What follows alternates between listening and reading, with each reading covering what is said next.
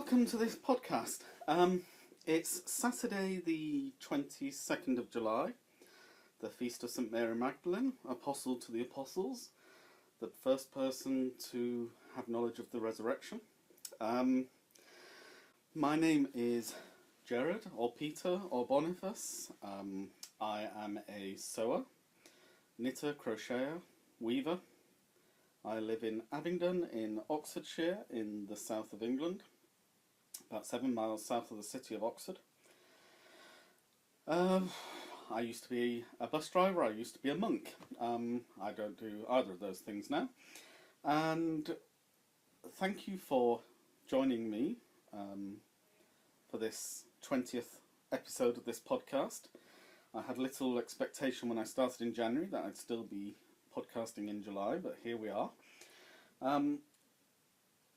I'm recording this before I have future knowledge, as it were, so if I've bothered to do new introductory titles, I hope you enjoyed them. If I didn't, I hope you don't mind that I didn't get round to it.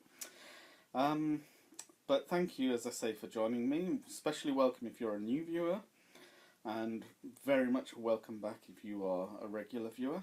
It's always nice to share my thoughts and experiences over the last week or so with everything that I'm up to in terms of fibre arts and the like. My cup of tea today is the cranberry and raspberry, or Twinings. It's very tasty, in my little cat, Garfield marmalade cat teapot and mug. And this is Toby, who's come up to say hello. He's just been fed, so he's in a very good mood at the moment, aren't you, Toby? Yes, you are. Always wants a bit of a fuss made of him. What have I been up to? Well, it's been an interesting week. There's quite a bit going on at work. Positive stuff, so hopefully in the next week or two I'll be able to talk about that once everything is resolved and finalised. But I have been doing... Sorry, Toby, you're standing right in the way of the camera, so come and sit on this side. That's right. I have been doing some knitting, not as much as I'd have liked, but I have been getting some done. And in particular, I have all but finished the cardigan that I was making last week, which is the... I have it here. It is the Baby Sophisticate by Lyndon Heflin. Sorry, put that on there so you can see. This is the pattern. It's a free pattern on Ravelry, and that's the version of the cardigan that is demonstrated with the pattern. And this is my not quite finished. I've done all the knitting. I've made the button band with the button holes on this side, as you can see. It's very simple yarn over knit two together construction for the buttonholes. Lovely short row shawl collar which wraps over. Nice garter detail at the end of the sleeves and the bottom of the body. So I just need to weave in all the ends on this one, and this was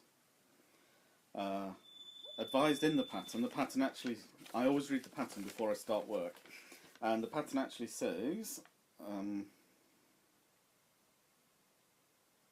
weave in ends. You will also have a hole at the underarm that needs to be sewn. And lo, there it is. Because of the way it's constructed, there is always a hole at the bottom. But that's also where I join on the yarn for the actual sleeve. So I've already on this side used that yarn to sew up the hole, which is there.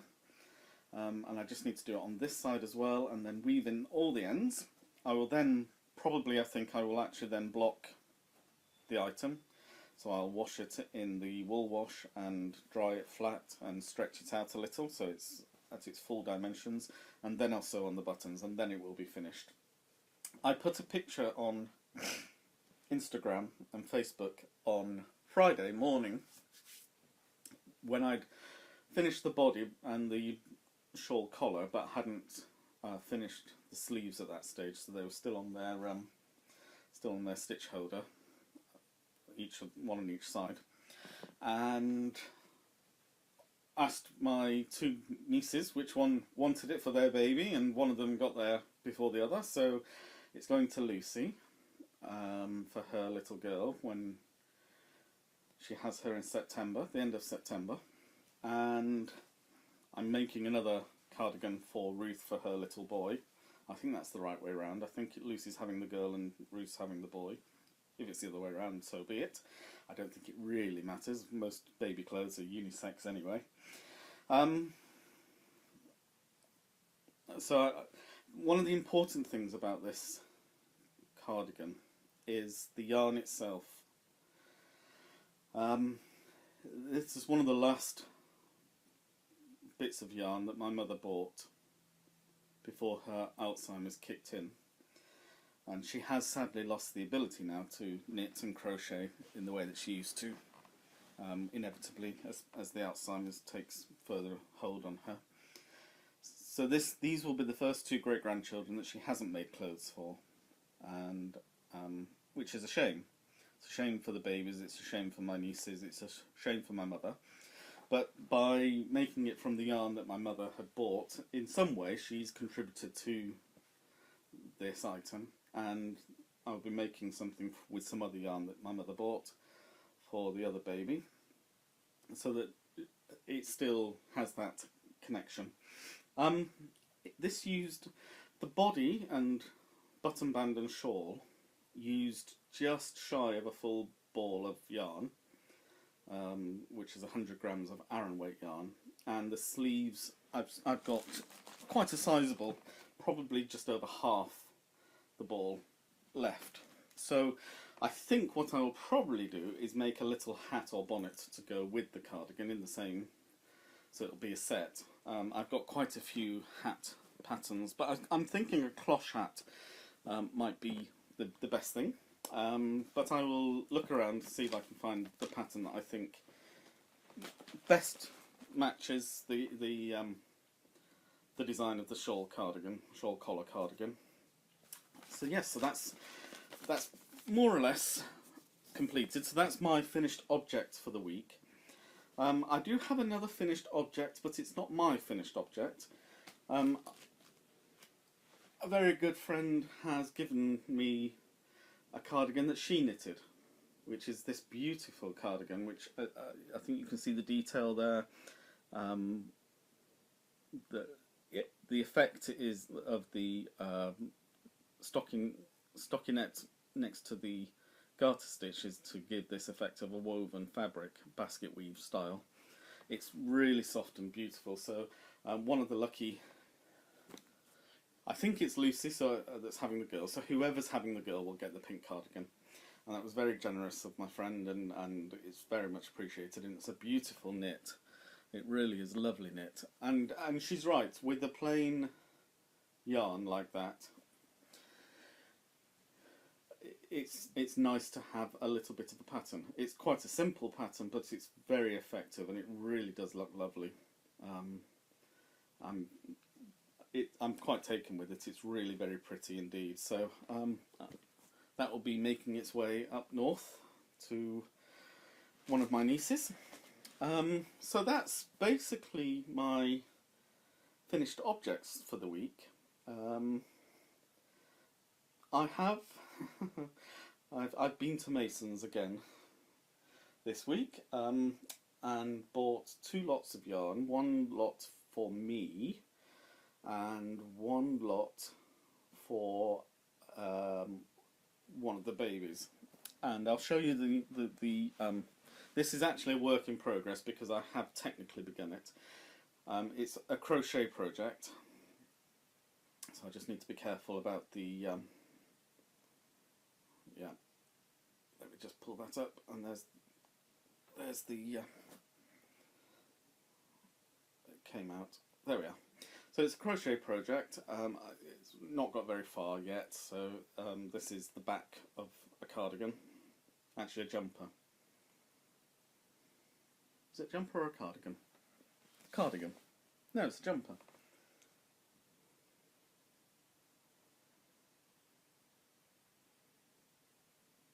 But it is the back. Yes, it's the back. So I'm in the process of making this at the moment. As you can see, I've only just started. So this will be the band at the bottom of the cardigan. That's the wrong side, that's the right side. And as you can see, it's got this kind of horizontal ribbed effect because I'm crocheting in either the front loop or the back loop as I turn the work. So it's producing this slight ridge, which is mimicking the effect that both of these cardigans have of this garter stitch ridge. It's a different ridge, type of ridge, but it's basically mimicking the same effect. So I've started this, but the yarn I'm using is a 3mm hook, so it's quite small and delicate work. But the yarn I'm using for this project is DMC's cotton, Just Cotton Natura. I'm just going to turn the light on. It's going a bit dark. It's been very wet outside today, raining quite heavily at some points during the day, but it's getting a bit grey and overcast, so I think a little bit of light might help. So it's the DMC Natura Just Cotton, 100% cotton range. This is the main colour, but pardon me a second. Excuse me, Toby. Thank you. I'll just see if I can get some more light on here. There we are, that's better. Yes, that's better. I've just put another lamp on to make a bit more light. So that's the main colour, but there are... The pattern I'm making, it says it's a boy's striped jumper. I don't really see why it's a boy's striped jumper. It can be quite happily a unisex striped jumper, but it's using the Natura cotton. Now, I wasn't particularly keen on the colours chosen on this particular pattern, so I've chosen my own colours for the stripes. So bearing in mind the pale blue is the main body, the various stripes are going to be these, which I quite liked the combination, and I think as long as I keep the navy away from the teal, by ensuring that you have this kind of arrangement so that it's never bordering on, as it were, I think that will work quite well as a colour combination, and perhaps actually that way up might be the better way, so it goes from dark to light, as it were. But I've made a start on that, and it's quite a simple construction. Front and back are done separately and are seamed across the top and along the sides, which is fine. I've done a few, or I'm in process of making a few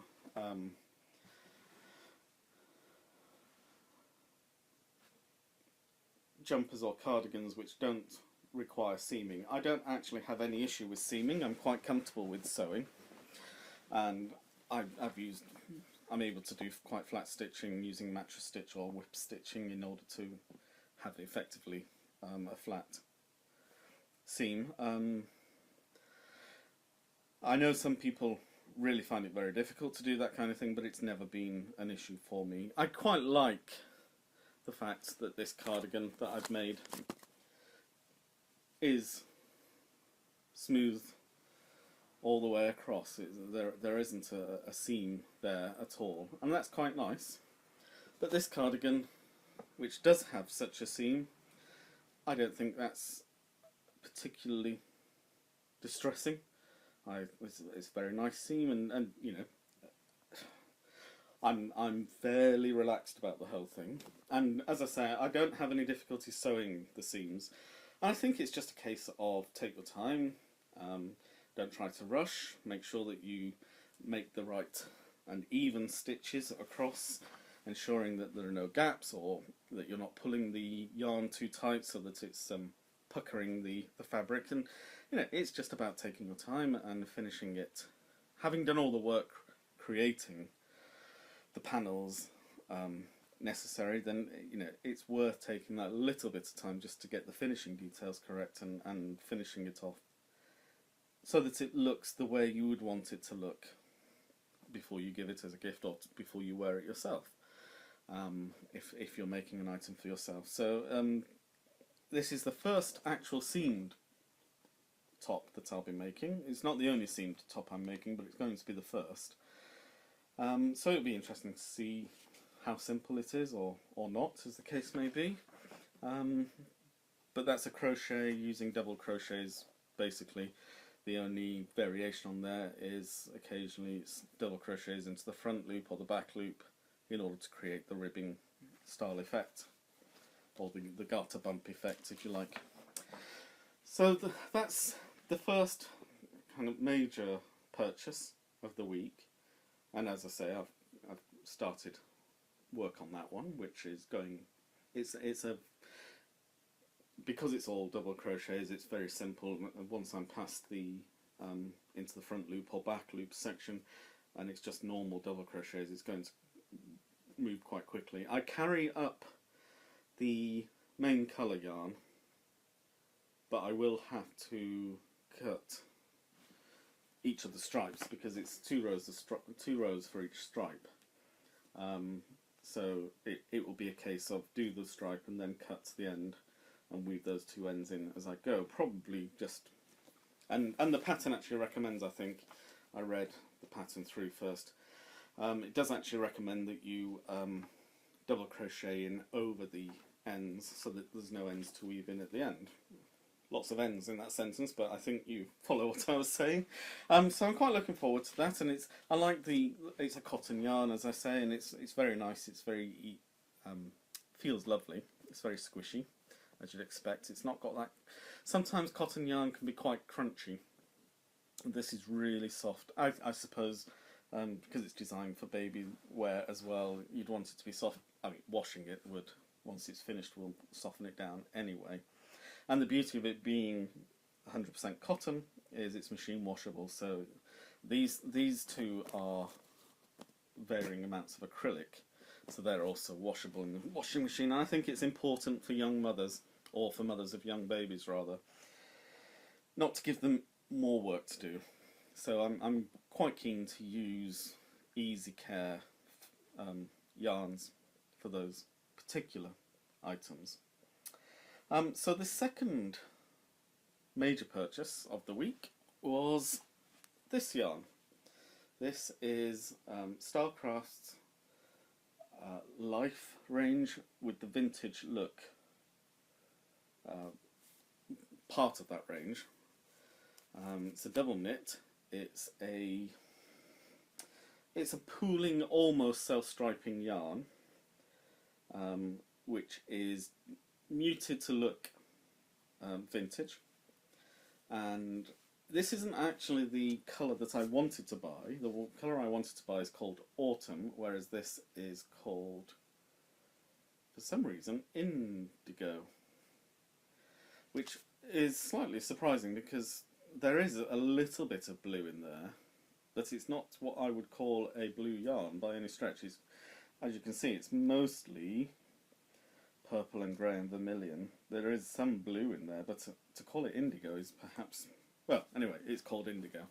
The colour I wanted was Autumn, which has much more red and brown and gold colours in it. But what I'm intending to make is not the main picture, but the small picture, which is actually better seen on the back, and that's what I was meaning. That's in the Autumn colour range. So as you can see, it's not quite a self-striping yarn, but it's not far from. There's a good deal of pooling, and this is a V-neck jumper, and I think you can see is a raglan increase jumper as well. Shouldn't take too long to do. It's a fairly straightforward knit for most of it. I think, if I'm not wrong, is it top down or is it bottom up? I can't tell. I think it may be... No, it's top down. Yeah, for a moment it looked as though it was going bottom up, but no, it's a top down construction. So I'm very used to doing those, so I'm quite looking forward to getting this on the needles. I know I have a lot of projects on the needles, and I was talking with Wendy about this, my friend, and part of the reason is and I've said this many times, I am a process knitter. But of course I do like to have the product at the end of the process. But particularly for larger projects, once I've got the process in my head and can do it quite easily. Go on, move off. That's right, good boy. Once I've got the project in my head and I'm doing it, I can get very bored. So I do like to have a number of different things on the go, so that if I get a bit bored with project A, I can do B or C or D or E or F or G or H or I, because it sometimes gets that many. Now, I'd love to be able to do 3 things at once, and I can't. And I know for some people, there is a real crisis, internal crisis, that the thought of having a number of different projects on the go simultaneously can be overwhelming. I don't suffer from that. I don't have an issue with this at all. I'm very relaxed about the whole thing. Yes, there are some things which don't get forgotten, but are not a high priority, and so can end up not being, spending a long time not being worked on. But most of the things I have, I do a little bit on them each week, just as the mood takes me. The socks, I would normally be working on the bus. In fact, this week I've been working on the little cardigan, but I have done some of that on the bus, and I've done some of that at lunchtime. So the sock I'm almost at the heel now, but I don't feel under any pressure to get anything done. It's nice to have the finished objects. It's nice to be able to give finished objects to people. It's nice to meet deadlines like birthdays or literal birthdays. But it's not. I don't feel under any pressure at all to meet those deadlines, to get the thing done. Everything does get done eventually. And I enjoy the process that I'm in with the thing. So I don't feel that I am getting lots of things started and getting nothing finished. I've always been mentally a bit of an academic butterfly. I flip from flower to flower, get ankle deep in knowledge and move on. And the knitting and crochet and weaving is a bit like that. I just flit from item to item, do a little bit as I enjoy it. I don't want to put myself under pressure to finish anything, and if I don't finish it, I don't finish it. But I do. I eventually get everything that I'm working on finished. So it doesn't concern me, and I'm sorry that it concerns other people, and I wish, for your sake, it didn't concern you. I know my mother would not be able to work that way. She was very much a product knitter. It was a case of, this is the thing I want to do, so let's get it done. And there's a merit in that approach, and I wish I were that disciplined in some ways. But it's not just a matter of discipline. I do what I do because I enjoy doing what I'm doing. And yes, I do enjoy having the thing at the end, as I say, but that's not the primary motivator for me. I very much enjoy doing it, and that's the primary motivator for me. So I do have a dozen different projects at various stages of completion, some of which have not had very much done on them. I am acutely aware I have a couple of things that I really want to get finished, because those deadlines are still 2 or 3 months away, but those 2 or 3 months will suddenly be upon me, and I know I need to be on top of those things that need to be done in that time, because otherwise I'll just never do them. So I can apply myself when I feel I have to, But when I don't feel I have to, I really don't want to apply myself, and I just do what I do, and I will quite happily stop mid-row and stroke Toby or tickle Bunty's tummy or whatever it is that's going on, or watch something that's on the TV that what I want to give my full attention to, and I just don't feel that just because I have lots and lots of things that somehow puts me under any obligation for anything. So anyway, there we are, that's that. So this will be cast on, and again, this is the kind of project which I can do because it's going to be mostly stockinette. It's going to be fairly, not boring, but fairly mindless process, which is good because I like sometimes the fairly mindless process. So there will be times when I'm watching television where I do want to not be giving the knitting my full attention, and so I will pick up this, and then there'll be I'll be listening to something, audiobook or whatever, in which case I'll want to be doing the crochet, which requires a little bit more attention because of the constantly changing stripes on the jumper that I'm making. So it's horses for courses, and it all depends upon the mood I'm in at the time, and everything will get done, and will get done quite satisfactorily to a standard that I'm happy with, but without me feeling overburdened and under pressure. So I hope that explains. I'm not merely cavalier about these things. Anyway, excuse me. Oh, that's so nice. That's such a nice tea. Just pop that there. Right. So I do have another work in progress, which I didn't think about until I just saw it as I was talking about this. I bought a candy swirl, the Starcraft cake, if you like, and I have cast on a scarf, which is a very simple pattern. It's a 4-stitch repeat and single row pattern, and I think you can see here. So the pattern is very simple. It is knit, knit, knit through the back loop, purl all the way across, and I have an 8 repeat of the pattern, and then finish with 2 knit stitches, and then just turn and repeat, and turn and repeat. And again, this is one of those projects which doesn't require very much in the way of my concentration. I put it onto straight needles simply because I had them available, and it's a fairly small project. It's not going to require very much more than, well, you can see it's a very small project.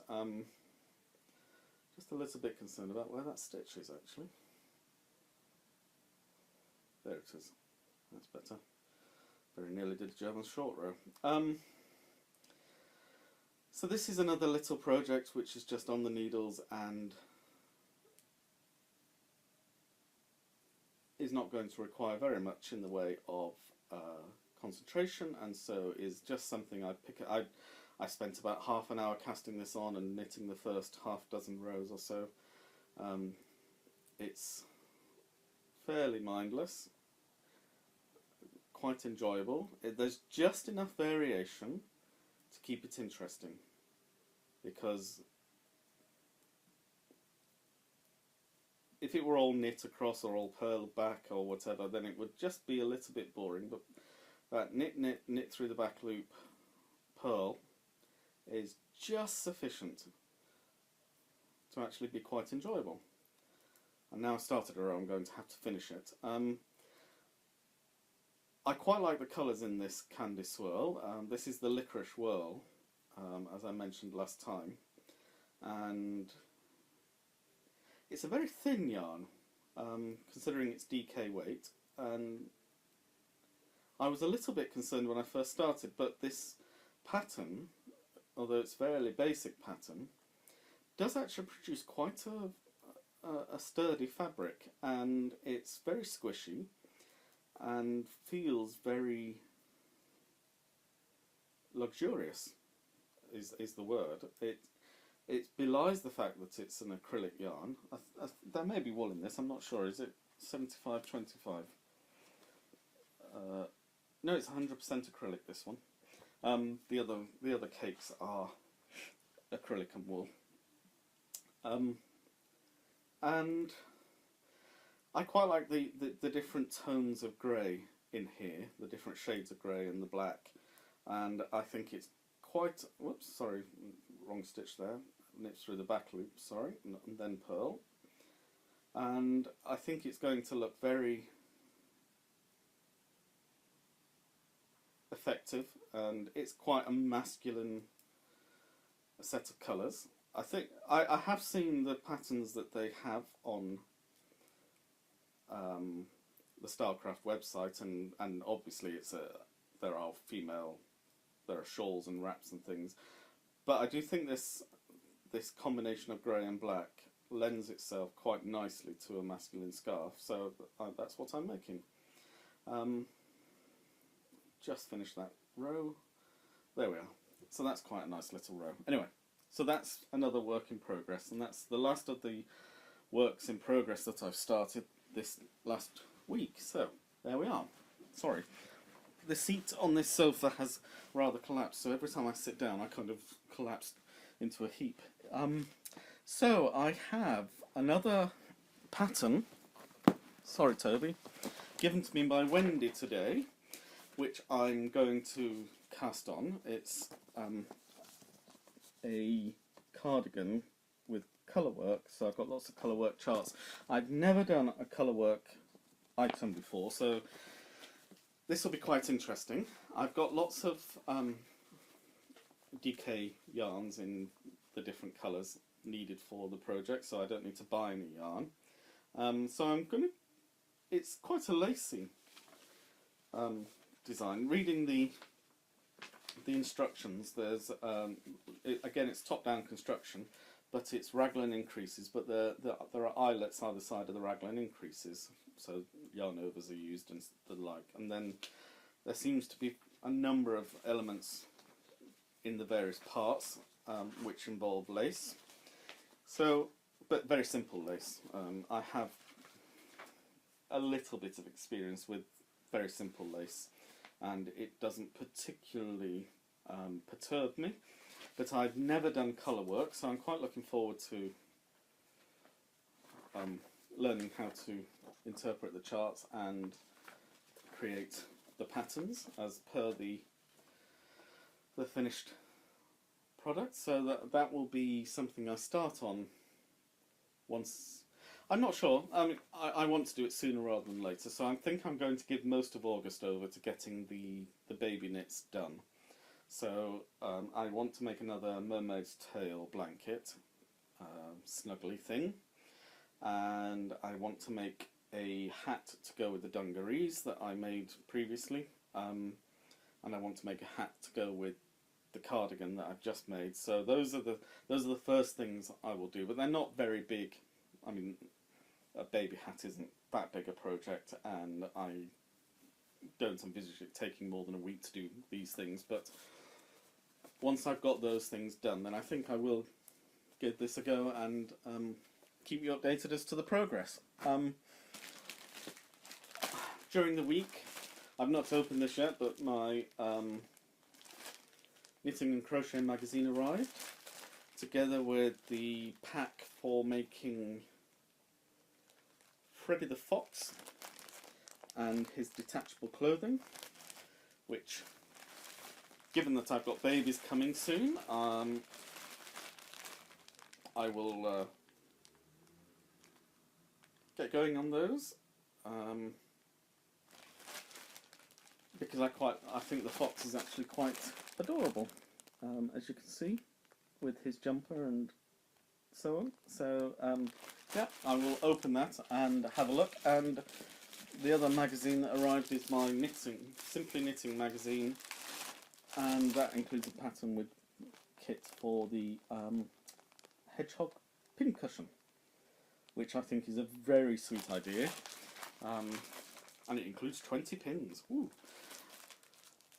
I do enjoy the magazines because there are lots of bright ideas within these, and it's quite nice to read about the stuff. I don't think it's necessary with the internet, Ravelry and the like. It would be possible to have all these things from online sources free, but actually I don't mind subscribing to certain magazines, because if we want designers for the future, we have to be prepared to pay for them now. And if we don't pay for them, then we can't be surprised if in the future there are no designers left. So, paying a reasonable sum of money in order to encourage and provide for the future of design is, for me, a no-brainer. Which brings me to my other acquisition of the week, which is the second edition of Rib Magazine. Rib Magazine is a magazine by male knitters, for male knitters or for knitters of male garments. Rather sadly, I absolutely cannot find edition 1 of this. I have searched high and low through every single drawer and box and cupboard in my flat, and it simply isn't to be found. I thought perhaps I'd lent it to somebody, but I kind of knew I hadn't. So I must have accidentally thrown it out, which is a tragedy because there's a couple of very good patterns, and I was enjoying one of the articles in there, which was an interview with a male knitter. The two people who are responsible for this primarily are Eric Lutz of Sticks and Twine podcast, and I only know his first. Well, it'll presumably be in here. Excuse me, I'll just put my glasses on. Oh, can't see a thing without them. Devin Johnson, who with his wife Jenny have a podcast, and I can't remember the name of the podcast. I think it's well, it used to be Paper Foxes, but they changed the name once her husband started with her, and he's the photographer in particular, but both Eric and Devon are knitters themselves, and there are some really good patterns in here, and in particular there is one pattern I want to make for myself, which, if I can just find it, it will be here. There it is. It's called the River Rocks Scarf, and that is the scarf. And you can't tell from the picture, but this is a brioche pattern, which is a particular style of knitting, which is almost like double knit.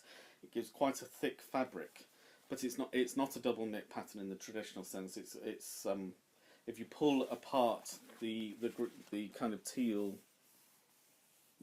bits, you'll see there's a contrast. Well, the black fabric is I'll call it black for the moment because it looks black, is a contrasting colour, and if you were to pull this apart, it would almost be like very thick ribbing.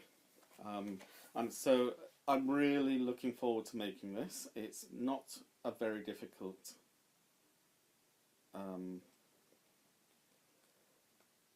process. I've watched a few videos on brioche, and I've wanted to have the right project. Most of the brioche projects online, unsurprisingly, are for shawls and wraps for women, which is fine. The vast majority of knitters are female, and the vast majority of items that are knit are for women. But finding the right project, which is this, to make for myself using brioche. I mean, it uses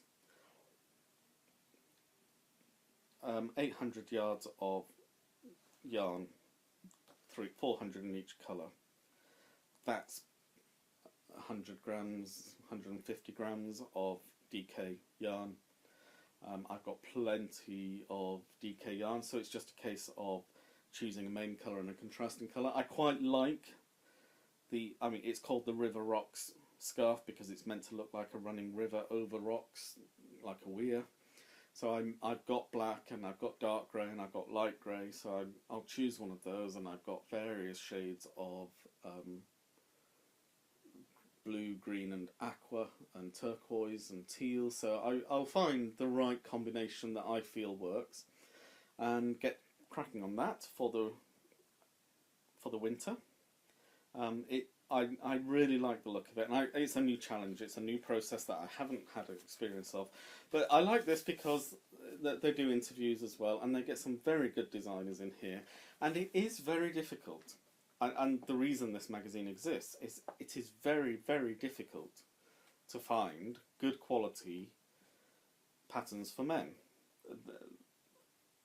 I go to my local yarn shop, Masons, and they have quite a wide range of patterns, but they have a wall of ring binder folders, and one of them is for men in fingering weight, one of them is for men in Aran weight, and one of them is for men in DK, and that's it. There's one other folder which has got Christmas jumpers which are unisex, which I guess therefore is, so that's 4 folders, and yet there are probably as many as 50 or 60 folders on that wall, and 4 of them have got men's patterns in. And that's partly because men don't have, men have socks, they have scarves, they have hats, and maybe jumpers. And that's fair enough, but there's very little imagination put into that. And even where I guess most men are afraid of, afraid of colour. They tend to wear muted tones, dark tones. I quite like bright colours. I quite like being extroverts with the colour palettes that I choose. I like being adventurous, and maybe I'm not the norm in that respect. I envy the fact that women have so much choice of bright or muted, cropped, full knee length, all kinds of different types of garment that they have designed for them, and there is very little designed for men. So a magazine like Rib, which comes out I think three or 4 times a year, I think it may be quarterly. I know I was late to the party with this. I forgot to put in it.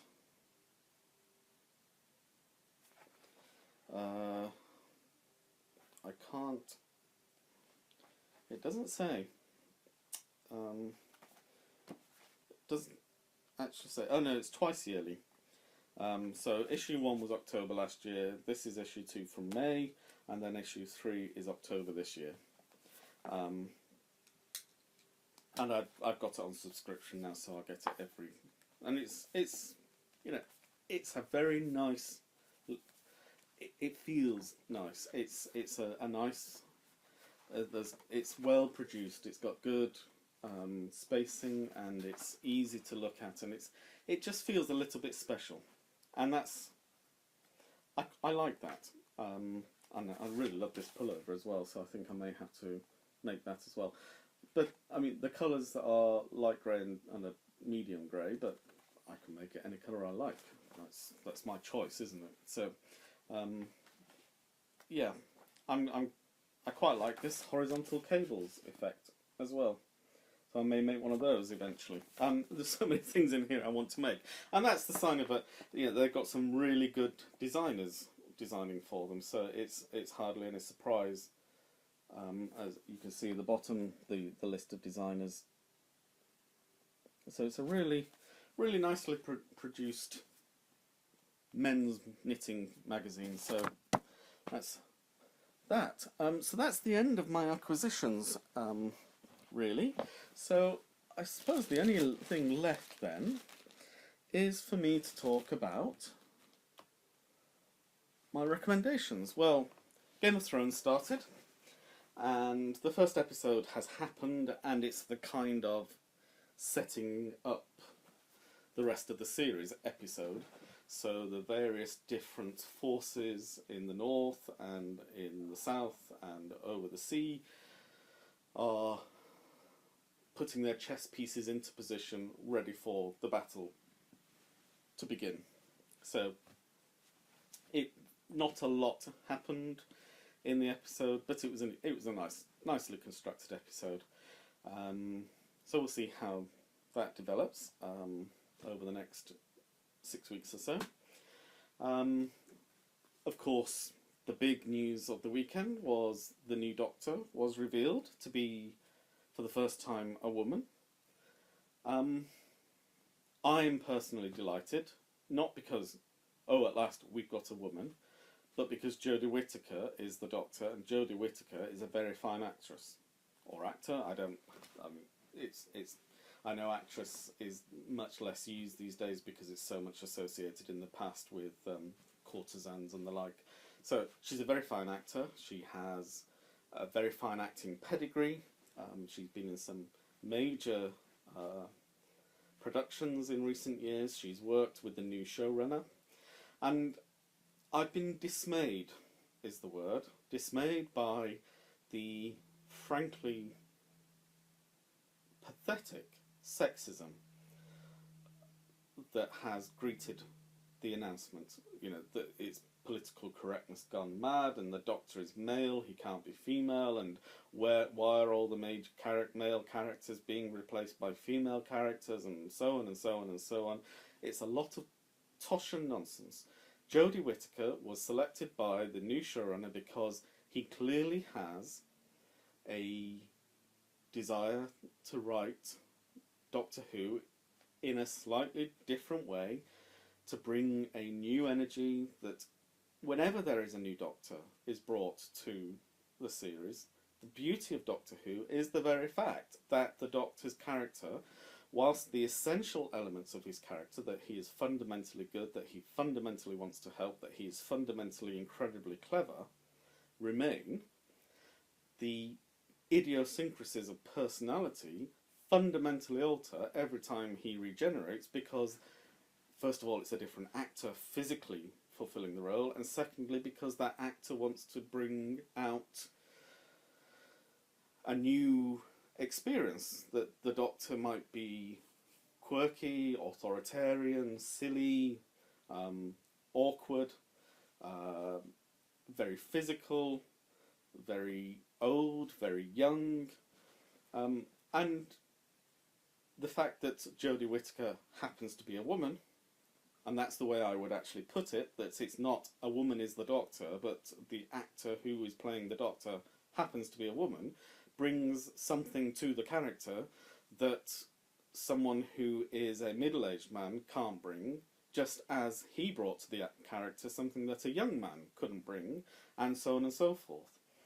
And it's weird that nobody complains that, you know, when the Doctor regenerates, his eyes change colour and his hair changes colour. Because it's when we're talking about something as superficial as that. And, you know, to answer the Daily Mail, why are male fictional characters disappearing? They're not. What's actually happening is that we are now actually in a position where we can accept female characters, or females playing characters. I've just, only last week as well, as it happens, watched the new Ghostbusters, having seen the first Ghostbusters 30 odd years ago. And I don't remember anybody 30 years ago pointing out that all of the Ghostbusters were male.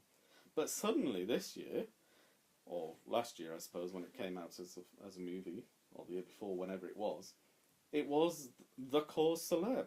Well, why? Were the actors no good? I mean, the storyline was, like the original, a little bit weak. It was a little bit comic booky. It wasn't the greatest film ever made. But the fact that the 4 lead characters were female didn't detract from the film, and in fact gave it a slightly different energy. And I'm really delighted that Jodie Whittaker is the Doctor. Yes, she is a woman.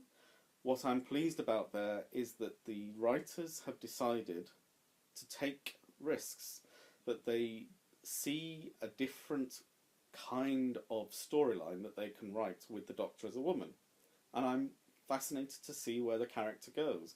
Because the fundamentals, as I say, of the character, the cleverness, the goodness, the kindness, the desire to right injustice will remain, whoever plays the Doctor. But I'm really keen to see whether or not the writers decide to play up the fact that one of the reasons why so many people are so incensed at Jodie Whittaker, or rather, so incensed at a woman playing the Doctor, is because they really don't see women as authority figures. That it challenges their view of the world to see a woman as independent, as powerful, as authoritative, as clever, and I'm really hoping that given the bravery of saying we're not going to be bound by a convention because this is an unconventional character, they've already made that first step. I just hope they go the whole way and don't ever step back from that brink of saying a woman can be strong and independent and authoritative and clever and kind and compassionate and silly and make mistakes and all the other aspects of Doctor Who's character that have been there for the last 54 years. So, that's my rant over. I do get a bit fed up when people say a woman. They picked a woman. They haven't picked a woman, they picked Jodie Whittaker. And that's what we should always remember with these things. There is a specific person that they have seen some quality to play that role in the way that they want that role to be played. Because they've chosen Jodie Whittaker and not Helena Bonham Carter, for example. So they've not chosen a woman, they've chosen Jodie. And I'm really looking forward to next year. I'm really looking forward to see where this character goes. I love Doctor Who, and what I love about Doctor Who is that it's never afraid to push the boundaries, to do something different, to strike out boldly, but always, always, always to be consistently positive, optimistic, full of life, full of energy. Rant over. However, in the same week that we get our first female Doctor Who, we also had our £10 note changed in the UK, and Jane Austen is on the back of the £10 note. Obviously, Her Majesty the Queen is on the front of the £10 note, as she is on every other banknote. And that just reminded me of what is probably I love Jane Austen. She's one of my favourite writers. But probably, although other works of hers were probably better, literally, in a literary sense, literarily, I guess. It's an unusual, no, in a literary way. Allah, put your teeth back in. My favourite of her books is actually Northanger Abbey. Now, this is a peculiar book in that it's almost a satire of the whole genre that the rest of Jane Austen's books actually occupy. And I say it's extraordinary because it in fact was the first book that she tried to have published, but in fact was the last book to be published after her death.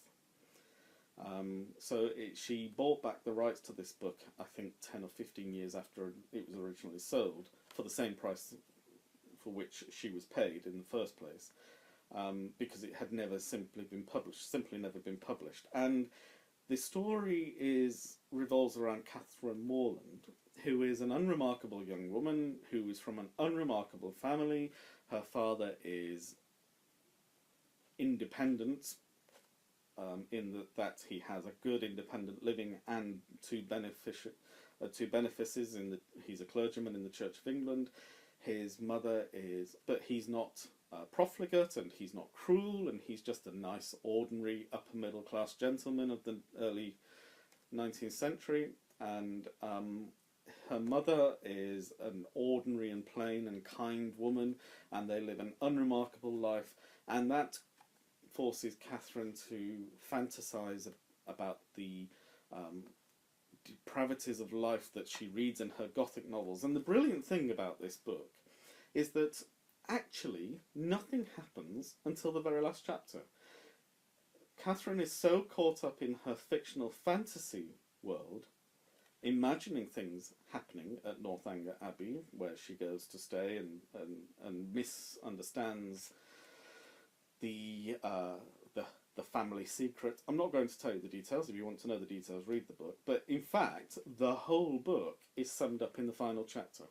And it's a brilliant piece of writing. And as I say, it's actually almost a satire on the whole genre. Even though it's a satire on Gothic novels, in itself, it is a Jane Austen. The final chapter is a Jane Austen novel in its entirety.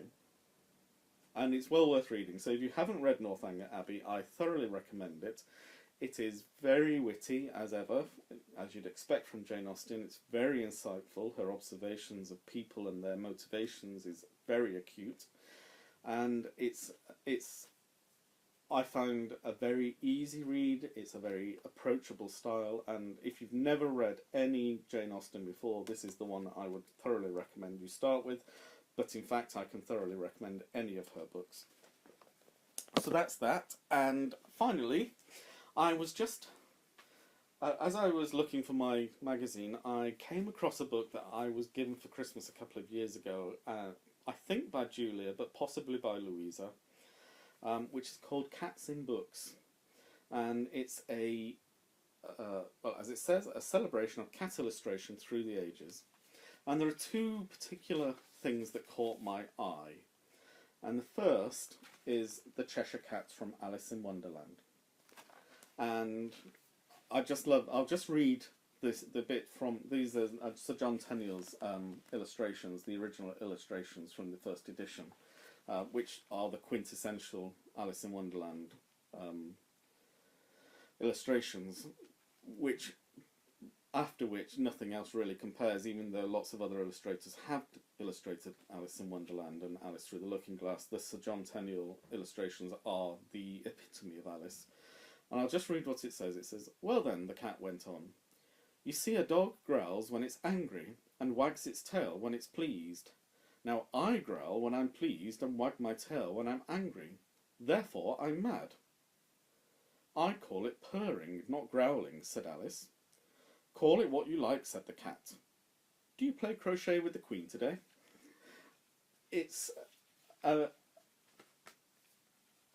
the whole of Alice in Wonderland I just love anyway, but there is something about the cat which is just argumentative in the way, and when it feels it's losing an argument, it just moves on to something else. And real life cats can be very like that. Of course, Lewis Carroll refers to the, and I'll need to put my glasses on for this little bit if I can find them. There they are. I always put them down in the wrong place because the print is a lot smaller. The cat first appears in the Duchess's kitchen. "Please would you tell me," said Alice, "why your cat grins like that?" "It's a Cheshire Cat," said the Duchess, "and that's why." Now, the book actually goes on to explain that the phrase "grinning like a Cheshire Cat" was already common parlance in Lewis Carroll's day. He didn't coin the idea of grinning like a Cheshire Cat. And it's thought that the grinning cats were probably the monumental carvings in Chester, Lewis Carroll coming from a village just outside Chester. But I just love Sir John Tenniel's illustrations. And finally, the other thing that caught my eye was the Albrecht Dürer engraving of Adam and Eve. And you'll see at the bottom, and you'll see it in close-up here, a cat looking at a mouse at the feet of Adam and Eve. Now, again, I'll put my glasses on to read this because it's small print. It's very nicely written. It goes on to say, "The four animals depicted with Adam and Eve represent the four temperaments. The melancholic horned beast, which is a cow. The sanguine rabbit, which is standing behind Eve's foot. The phlegmatic ox. Oh, sorry, the other horned beast was a deer. Yes, I can see it now hiding behind the tree. And the choleric cat, although the temperaments would not come into play until after the fall of Adam and Eve. Others suggest that the cat represents the wiles of Eve contemplating the mousy weakness of Adam, or indeed vice versa. Or it could just be that Dürer's depiction of the dozing cat, oblivious to the momentous events in the Garden of Eden, is to sum up the essence of the animal. And as I read that to you, Toby is curled up, fast asleep, next to me here, completely oblivious to me whittering on my podcast. Anyway, it's a lovely little book, written by, oh gosh, terrible contrast on some of these covers, Rodney Dale. And I thoroughly recommend it. It's very nice. It's got lots of images of cats in medieval manuscripts all the way through to the modern era of cartoons and the like. And it's well worth reading. Some very pithy observations about the nature of cats and the character being caught by various illustrators through the ages. Well, that's it for today. I'm whittled on for nearly an hour, so I think I will let you go. I hope I do bring something of interest to you, and that even if I do witter on, you quite enjoy it. If you've any comments to make, please feel free to comment below.